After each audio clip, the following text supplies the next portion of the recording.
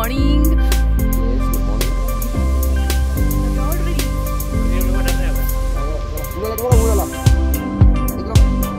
So आमच्या ट्रेनमधले अजून ready व्हायचे बाकी आहेत. आमची डिवाइन मॉर्निंग होती ती केदारनाथमध्ये झालेली आहे. मस्त खूप जास्त थंडी होती गाईज, म्हणजे सांगूच नाही शकत इतकं थंडी होती. त्याच्यानंतर कशी तरी हिंमत करून आम्ही ट्रेनच्या बाहेर निघालो आहोत आणि ऑफिसली लाईव्ह जे चाललं आहे हेलिकॉप्टरची राईड आम्ही थोडी कंपनी वगैरे खूप उभं राहून आणि त्यानंतर मस्त आम्ही मंदिराच्या दिशेकडे जायला निघालो. मग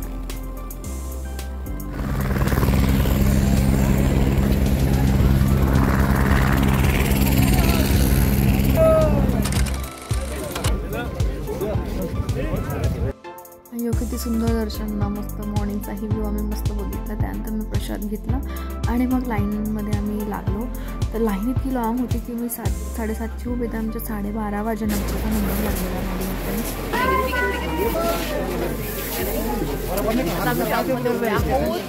तर तुम्ही जे रजिस्ट्रेशन केलेलं असतं तुमच्या नावाची जी चीट असते ती घ्यावं लागते. तर येस आम्ही ती घेतली आणि लाईनमध्ये उभं राहिलो. पण लाईनमध्ये ना उभं राहायला मी खूप तेजी एक्सपिरियन्स केला. मी VIP पास पण काढून जाऊ शकलो असतो, 2000 रुपये होते. बट नाही, आम्हाला तो एक्सपिरियन्स करायचा होता. एवढ्या दूर आम्ही पायी आलो आहोत तर लाईनमध्ये उभं राहून ते पण एक अनुभव घेऊया.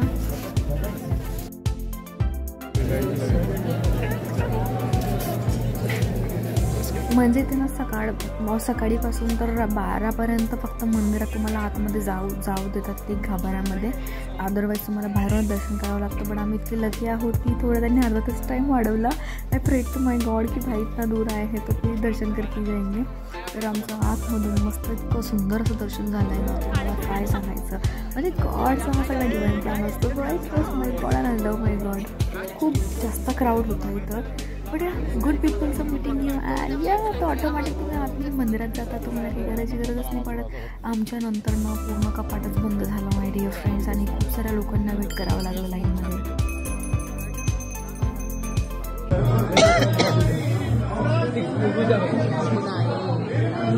तर सुंदर असं दर्शन झाल्यानंतर ना खरंच जेव्हा आम्ही आतमध्ये होते ना माझं मनच नाही होतं तर बाहेर निघायचं. तिथंच बसावं असं वाटत होतं पण काय करायचं ना, ते निघावंच लागणार.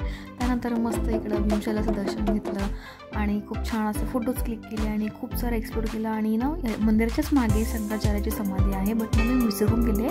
तर त्याच्यानंतर मी कालभैरवला गेले. कालभैरवनंतर मी परत शंकराचार्याच्या समाधीकडे दर्शन घ्यायला गेले. तर असा हा मस्त आमचा टूर सुरू झाला आणि एक्सप्लोअर झाला हा स्पॉट.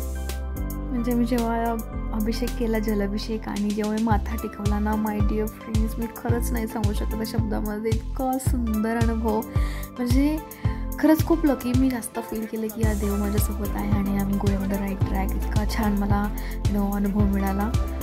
मस्त 2दा दर्शन केलं मी तिथं मंदिरामध्ये, खूप भारी वाटलं पण मला.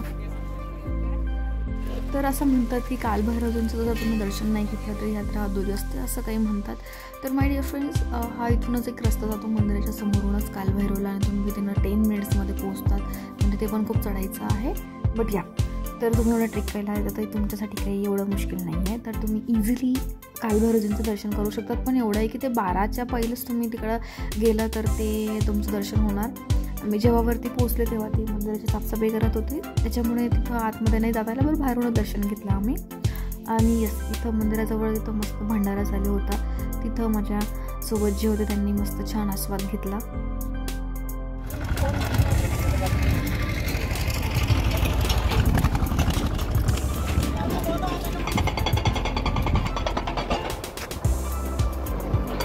आजूबाजूचा व्ह्यू असतो ना तर नजरच नाही हटत राहू. काय करायचं, पूर्ण असं वाटतं की पण मेमरीज कलेक्ट करावी, खूप सारे कॅप्चर्स करावं आणि डोळ्यात साठवून घ्यावं असा हा तिथला आपलं असतं दृष्टिकोन. आणि तुम्ही तिकडं खूप जास्त एक्सप्लोर करू शकता. तुम्हाला 1-2 दिवस राहिला तर व्यवस्थित एक्सप्लोर करू शकणार. पण जेव्हा मी नेक्स्ट टाईम जाणार आहे ना तर रूम पण मी मंदिरासमोरच घेणार आहे आणि खूप छान एक्सप्लोर करणार आहे. तर जास्त वेळ थांबणार आहे. चला कालभैरवजींचं दर्शन घेऊया मग मस्त.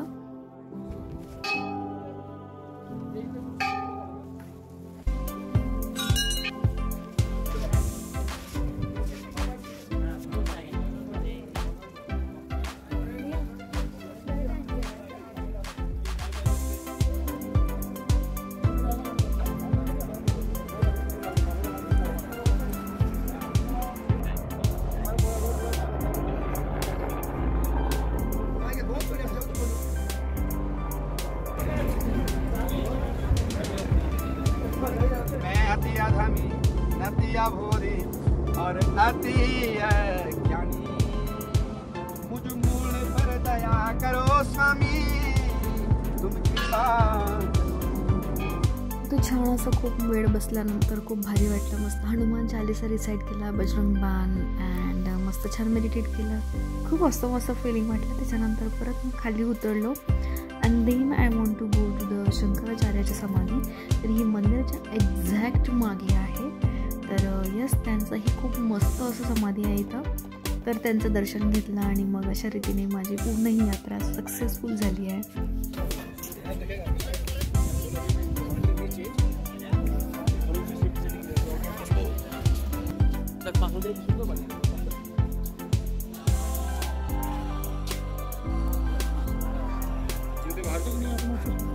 माझ्या एंट्रीनं खूप सुंदर असा मंत्र लिहिला आहे इथं. ओम नमो भगवते रुद्राय, ओम तत्पुरुषाय विद्महे महादेवाय धीमहि तन्नो रुद्र प्रचोदयात्. While I'm reading and walking now, I'm feeling wonderful and wonderful.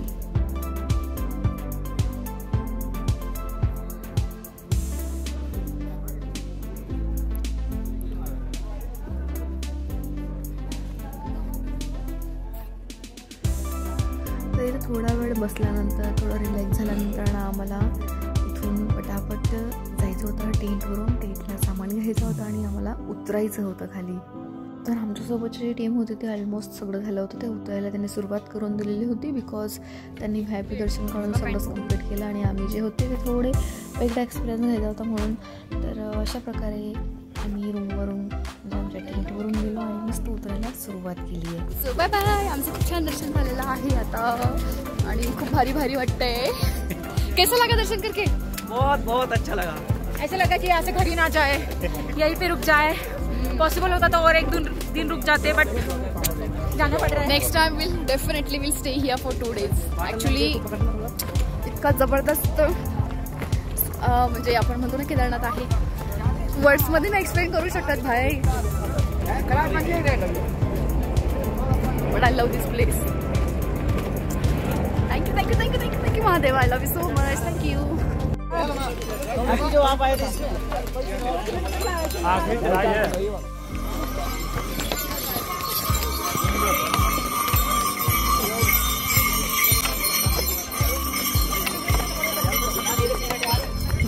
अशा प्रकारे आम्ही तीन नंतर आम्ही उतरायला सुरुवात केली होती. तर मी रात्री 3ला 10:30ला पोचले जाईल.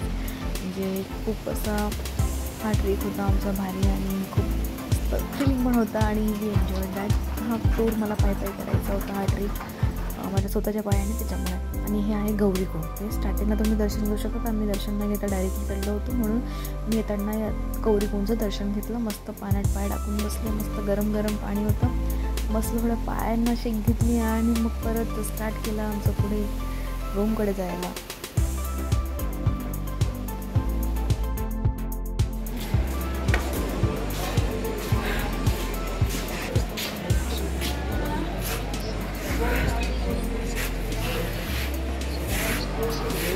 खाना भी बचा गया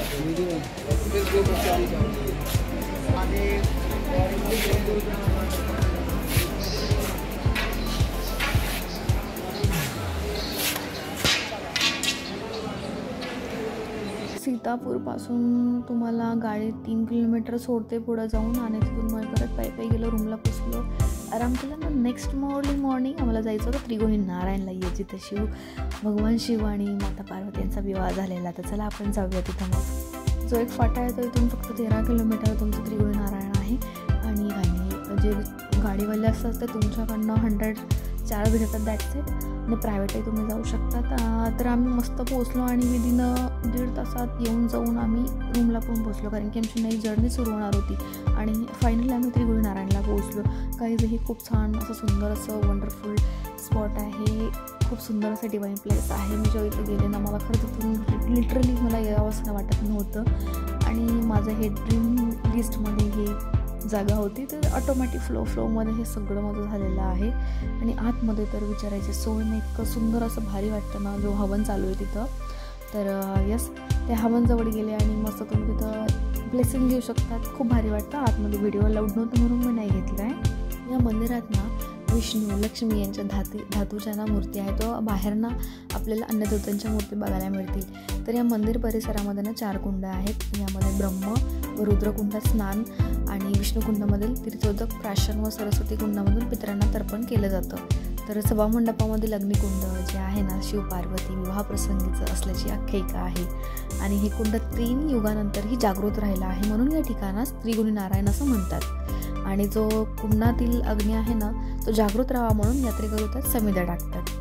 तर इथं जाणार ना तुम्ही तर इथं खरंच खूप जास्त वेळ बसता, तो अनुभव घ्या, ते एनर्जी महसूस करा, तर मला खूप भारी वाटेल.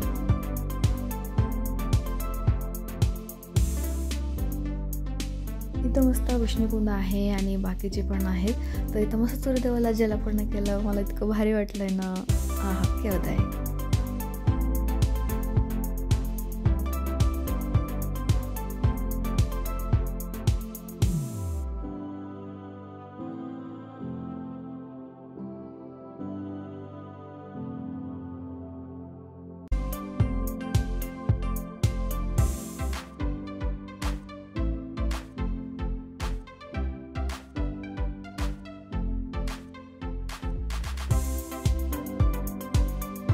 अशा प्रकारे इथला जो अनुभव आहे मी तो हृदयात साठवून पुढच्या प्रवासाला निघाले. आणि येस माय डिअर फ्रेंड्स, इथं नाश्ता करून ना मी मस्त सगळ्या बायका वगैरे मस्त गाडीत टाकून निघालो आहोत पुढच्या जर्नीमध्ये. तर मला माहिती आहे नेक्स्ट स्पॉट्स कोणता आहे, तर तो माझा ड्रीम लिस्टमधला स्पॉट असा आहे, त्या ठिकाणी मी जात आहे. तर आपण भेटूया पुढच्या व्हिडिओमध्ये त्या अमेझिंग प्लेसला. Thank you so much for watching this video. कसा वाटला नक्की सांगा मला. थँक्यू.